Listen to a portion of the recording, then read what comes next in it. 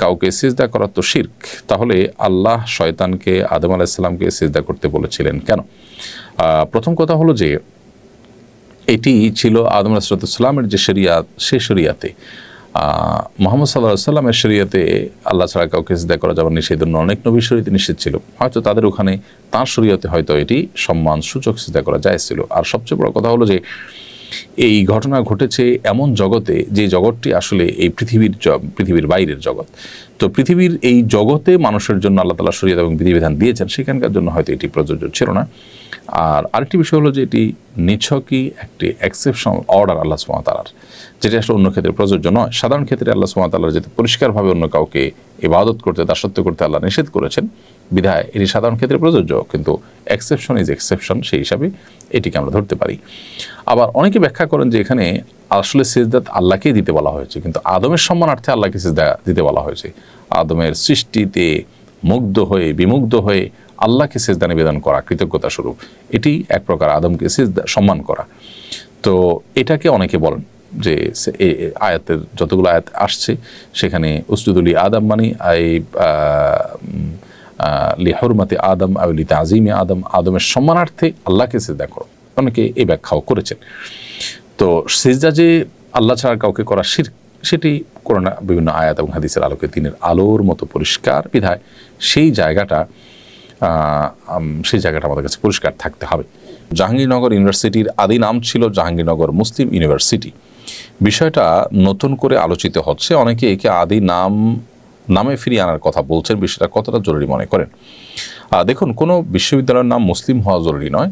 একটা বিশ্ববিদ্যালয় মুসলিম অমুসলিম সবার জন্য অবারিত থাকতেই পারে, এবং নামের মধ্যে মুসলিম রাখা কোনো আবশ্যক নয়।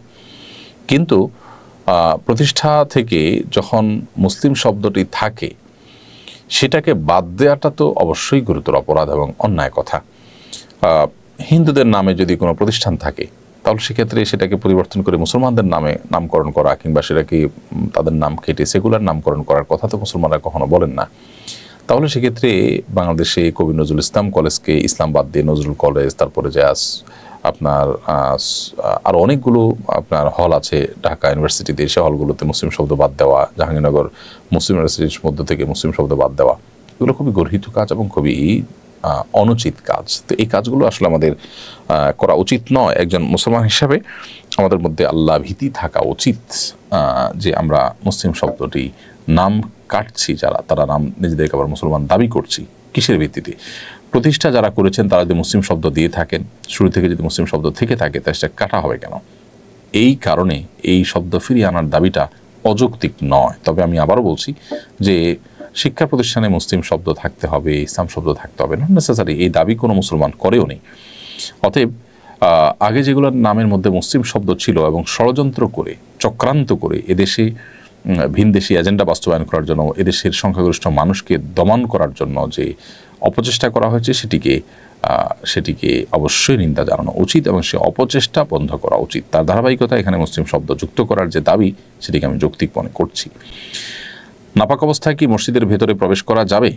কেউ যদি ফরজ গোসল অবস্থায় হয়, তাহলে তিনি মসজিদে প্রবেশ করতে পারবেন না। বাকি ওযু নেই এমত অবস্থায় মসজিদে ঢুকলেও সেটি ফরজ গোসল অবস্থায় মসজিদে ঢুকা যেরকম অপরাধ, জঘন্য অপরাধ, গুনাহ, সরাসরি নিষিদ্ধ, সেরকম নিষেধ হবে না।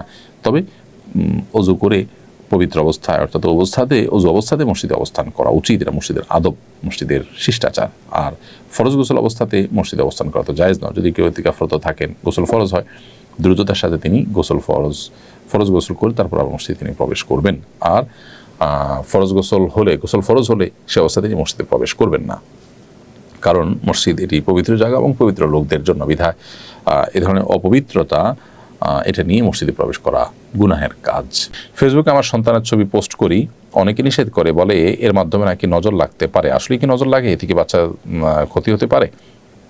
হ্যাঁ, বদনজরের বিষয়টি সম্পর্কে নবী সাল্লাল্লাহু আলাইহি ওয়াসাল্লাম হাদিস রয়েছে, আল আইনু হাক্কুন, বদনজর এটি সত্য। ফলে আপনি সুন্দর কোনো সন্তান, ফুটফুটে সন্তান, শিশু, বাচ্চা বা আপনার আকর্ষণীয় কোনো কিছুর যদি মানুষের সাথে শেয়ার করেন, বিশেষ করে বাচ্চাদের ক্ষেত্রে অনেক বেশি হয় বদনজর। মানুষের এই জাতীয় বিষয়ে বদনজর এটি সত্য। বদনজরের কীভাবে ক্ষতি হয় বা এটা টেকনোলজিটা কি, আল্লাহ তাআলা ভালো জানেন। যে একটা মানুষ রাক্ষসী নজরে যদি দেখে, যদি সে দেখে আপনার হিংসাত্মক নজর দেয়, তাহলে সেক্ষেত্রে এটাকে নজরে হাসেদ বলে, বদনজর বলে। এর ফলশ্রুতিতে ওই বাচ্চা অসুস্থ হতে পারে, ওই বাচ্চার রোগ লেগে থাকতে পারে। আপনি ক্ষেতের ফসল দেখে কেউ যদি রাক্ষসী নজরে দেখে, তাহলে বদনজর লাগতে পারে। এগুলো স্বাভাবিক একেবারে। এখন আপনি বলবেন যে প্রদর্শন এই পৃথিবীতে অনেক কিছুই প্রদর্শন হতে থাকে, সবাই প্রদর্শন করে, কই তারা তো অনেক ভালো আছে। দেখুন, ভালো নেই, অনেকে অনেক দিক থেকে ক্ষতিগ্রস্ত। সেই ক্ষতির কারণ হয়তো এই বদনজর, কিন্তু তিনি হয়তো টেরও পাচ্ছেন না।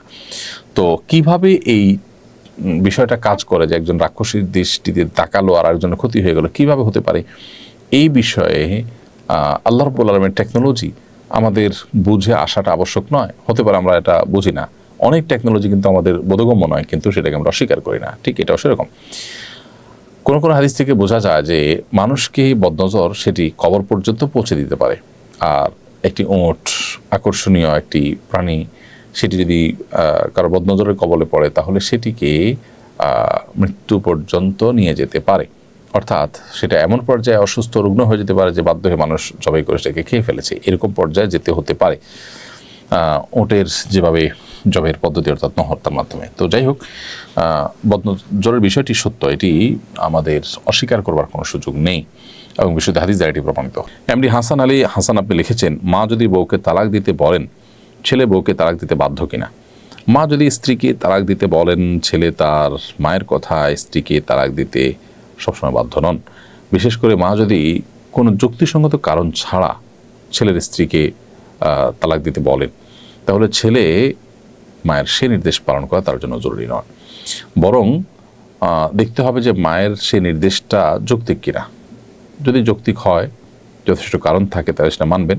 আর যদি মনে হয় যে অযৌক্তিক বা অন্যায়, অনেক সময় ছেলের বউর প্রতি তার কোনো বিশেষ কারণে অপছন্দ বা ভালো না লাগা রয়েছে, এরকম কোনো ব্যাপার স্যাপার থাকলে সেক্ষেত্রে আপনার জন্য মায়ের সে নির্দেশ পালন করা জরুরি না। মা বাবার সব নির্দেশ পালন করা জরুরি, কিন্তু যে নির্দেশ পালন করতে গিয়ে কোনো অন্যায় করতে হবে, আপনাকে কারোর প্রতি অবিচার করতে হবে, সেটি পালন করা কিন্তু আপনার জন্য জরুরি বা আবশ্যক নয়, বরং সেটি অমান্য করা আবশ্যক। কারণ আল্লাহর অবাধ্য হয়ে কারোর প্রতি জুলুম করে মা বাবার আনুগত্য করতে আমাদেরকে কিন্তু বলা হয়। মা বাবার আনুগত্য আমরা করবো, কিন্তু মা বাবা কাউকে খুন করতে বলে যেরকম খুন করবো না, ঠিক এভাবে স্ত্রী যদি নিরপরাধ হয়, তাহলে তাকে তালাক দিতে বললে আমরা তালাক দেবো না। তবে যদি মা বাবা যৌক্তিক কোনো কারণে সেটি বলেন, তাহলে অবশ্যই সেটিকে মানতে হবে সন্তান হিসেবে আমাদের।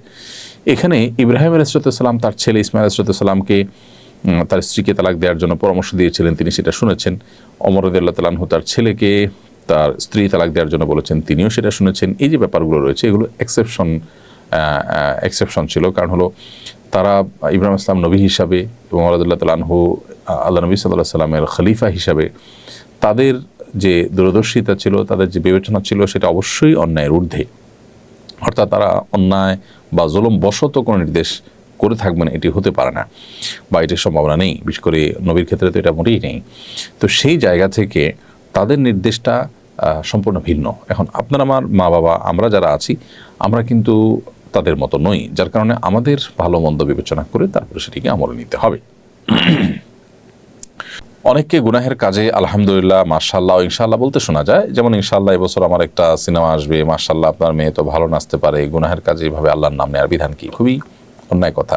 এটা ইসলামী জ্ঞান না থাকার কারণে, ইসলামী জ্ঞানের অভাবের কারণে আমরা আসলে করে থাকি। কোনো অপরাধ কর্ম, কোনো গুনাহের কাজ, কোনো পাপের কাজ করাটা, এটা তো ইটসেলফ একটা অপরাধ। সেটার সাথে মাশাআল্লাহ, সুবহানাল্লাহ, আলহামদুলিল্লাহ, ইনশাআল্লাহ এগুলো যুক্ত করাটা প্রমাণ করে যে সেই কাজটাকে আপনি অপরাধ মনে করছেন না। আপনি কাউকে খুন করবেন, যদি আপনি বলেন যে ইনশাআল্লাহ আমি কাউকে খুন করবো, তাহলে বিষয়টা কি দাঁড়ালো? এই বিষয়টা তো এই দাঁড়ালো যে আপনি খুন করাটাকে ভালো মনে করছেন, সেটাকে আপনি অ্যাপ্রিসিয়েট করছেন। তাহলে অপরাধকে অপরাধ মনে না করাটা ডাবল অপরাধ। একে তো আপনি অপরাধে লিপ্ত হলেন, আবার অপরাধকে কোনো দোষের বিষয় মনে করলেন না। তো এই জন্য একজন মুসলিম কখনো আসলে এই বিষয়গুলোতে অসতর্ক থাকতে পারেন না। অপরাধ বোধ কমে গেলে সাধারণত এই বিষয়গুলো হয়। ইসলাম সম্পর্কে ধারণা থাকার কারণে এগুলো হয়ে থাকে। যারা এগুলো করছেন তারা আল্লাহকে ভয় করে সরে আসবেন এবং এগুলো বলবেন না। আপনি পাপের কাজে লিপ্ত আছেন, আপনার মধ্যে অপরাধ বোধ কাজ করেও যে আমি অন্যায় কাজ করছি, ফিরে আসা দরকার, ফিরে আসবো, আল্লাহ আমাকে তৌফিক দান করুন, সে মানসিকতা আপনার মধ্যে থাকা উচিত।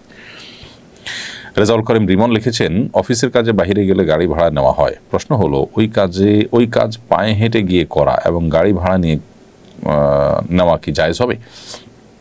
ভাই রেজাউল করিম, অফিসের কাজে বাহিরে গেলে আপনাকে যে গাড়ি ভাড়া দেওয়া হয় সেটা আপনি পাবেন। যদি আপনাকে অফিসে গাড়ি ভাড়া করার জন্য থোক কোনো বরাদ্দ দেওয়া থাকে যে তোমার এটা গাড়ি ভাড়া যাবৎ বিল তোমাকে অগ্রিম দেওয়া হলো, তুমি এই টাকা খরচ করো, এটার জন্য কোনো ভাউচার তোমাকে জমা দিতে হবে, এটা তোমার হক, তাহলে সেক্ষেত্রে আপনি হেঁটে গিয়ে টাকাটা পকেটে রেখে দিতে পারেন। আর যদি ব্যাপারটা এরকম হয় যে তুমি যাও, খরচ যেটা হয় সেটা তুমি ভাউচার জমা দিয়ে টাকা নিবে, তাহলে সেক্ষেত্রে মানে হলো আপনার যেতে যদি খরচ হয় তাহলে আপনি যা খরচ হলো সেটা ভাউচার নিয়ম অনুযায়ী দিয়ে টাকা নেবেন। এই রকম পরিস্থিতিতে আপনি ফেক ভাউচার দিয়ে টাকা নেওয়া জায়েজ হবে না, কারণ ভাউচারে লিখবেন আপনি এই জাতীয় জায়গায় গিয়েছেন, অমুক গাড়িতে গিয়েছেন, যেটা রাহা মিথ্যা কথা।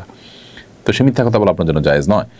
দ্বিতীয়ত হলো যে আপনি গেলে খরচ হলে যত খরচ হয়েছে সেই টাকা আপনি নেবেন, অথচ আপনার খরচ হয়নি কিন্তু আপনি সেটা নিচ্ছেন, তো এই জন্যটা জায়েজ হবে না। তাহলে বিষয়টাকে আমরা দুই ভাগে ভাগ করলাম। প্রথমত, আপনি কোথাও যাবেন, এখানে যাওয়ার জন্য আপনি কিসে যাবেন না যাবেন প্রতিষ্ঠান সেটা দেখবে না, আপনার জন্য থোক একটা বরাদ্দ দেওয়া আছে যে তুমি 500 টাকা পাবা এখানে যাওয়া আসা বাবদ, এটা তোমার বিল, অতএব এই ট্রান্সপোর্ট অ্যালাউন্স তুমি পাবে, তুমি কিভাবে যাবে না যাবে তোমার ব্যাপার, এরকম যদি দেওয়া থাকে তাহলে সেক্ষেত্রে আপনি আপনার মতো করে সে টাকা পায়ে হেঁটে টাকাটা পকেটে রেখে দিতে পারেন। আর যদি ওরকম টিএ বা ট্রান্সপোর্ট অ্যালাউন্স না থাকে, বরং আপনি যাবেন খরচ করে, যা খরচ হয়েছে ভাউচার জমা দিবেন, যেটা জমা দিবেন সেটা পাবেন, এরকম যদি হয় তাহলে সেক্ষেত্রে আপনি ফেক ভাউচার দিয়ে আসলে পায়ে হেঁটে গিয়ে ভাউচার দিয়ে টাকা নেওয়া জায়েজ হবে না।